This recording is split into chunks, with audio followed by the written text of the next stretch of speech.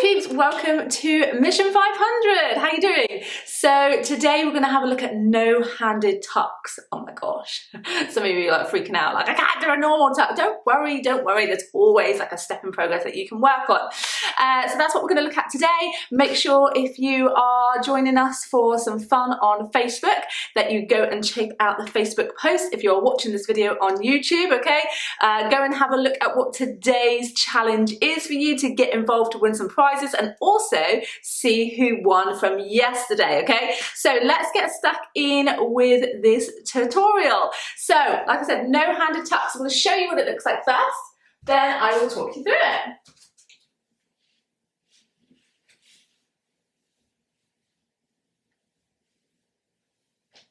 Okay? So the more grip you have, like more skin grip you have, the better. I am using the silicone pole, so I can grip most of my clothes.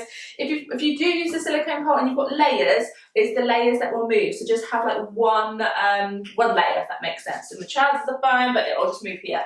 So we want to make sure that we're side onto the pole with the inner arm on. Now, if we bring the hip around too much, you'll end up spinning even more. So we're just going to be side on, okay? So I'm just going to press the side into the pole. So it's like my hip is just in front of the pole.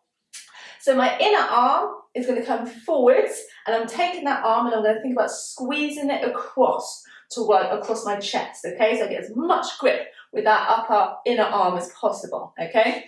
So from this position, you can do what you like with this outer arm. I like to make sure I'm doing something and I just extend it out to the side, okay? So I'm from here, pulling, keeping the shoulders down. I'm going to start to bend both knees and I'm going to squeeze even harder with this inner arm, okay? You should have grip down the side and a little bit through your butt cheek as well, okay, your hip. So from here, you'll start to bend and you're going to feel that you're going to get that grip even more with the inner arm. So you just keep bending and then you're like, yeah, okay. You can always do one leg at a time. So one knee up, squeeze, keep pulling, then see if we can bring the other knee up. And then down. And what you may find is that you won't be able to take both feet off the floor right away. So just starting to bend as much as you can to get the grip. Then see if the toes will come off the ground, okay? So you can be here, bend, bend, bend, bend, lift the inside, and then just see if we can tap the other foot off. Does this make sense? It will come with time and conditioning of this inner arm, yeah? So other moves that you can obviously work on with the inner arm is like teddy. So similar process, but we can hold the leg, so it may be slightly easier to work on. So we start with the outside hand at face level. Bring your inside leg up and hold the inner leg. We can just keep both legs bent for the time being and also keep this outside hand on. So lift the other leg. Okay, get used to having some weight through the inner arm and get used to having to squeeze without just going straight into this tuck, no-handed tuck, okay? So we can start, work towards teddy first is what I would recommend with the hand on, and then you can always work with teddy with hands off. So what I mean by teddy is this move. So we go here, okay? So you can always work towards that one first. As always, with all lessons, with all tutorials, there's a stepping stone, okay? Work in a progressional order.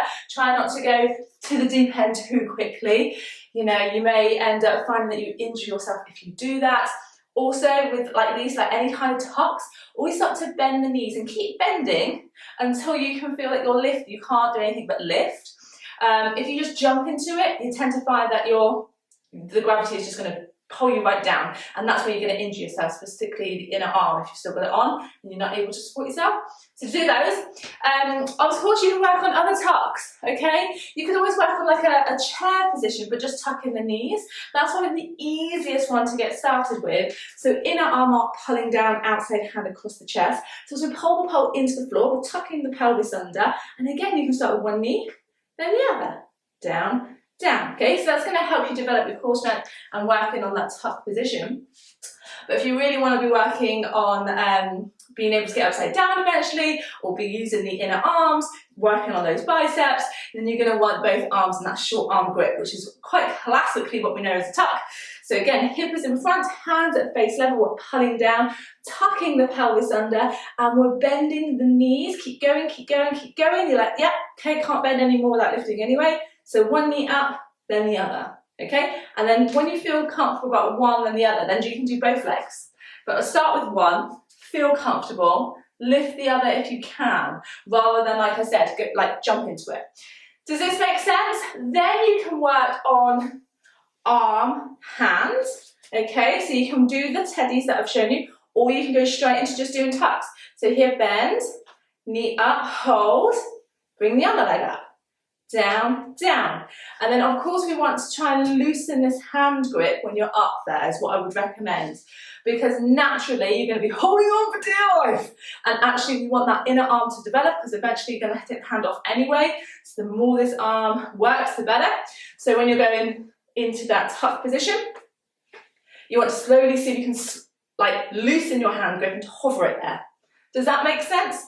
Cool, okay, so that's enough for my underarm. So that is how we're going to work on a no-handed tuck. So you can just start off with individual, like one leg at a time, then you can do them together, and then you can do reps and all sorts, okay? And then once you've got that, to progress it on, you can also do pike leg lifts, straddle leg lifts, lots of different variations, use some ankle weights to make it even harder.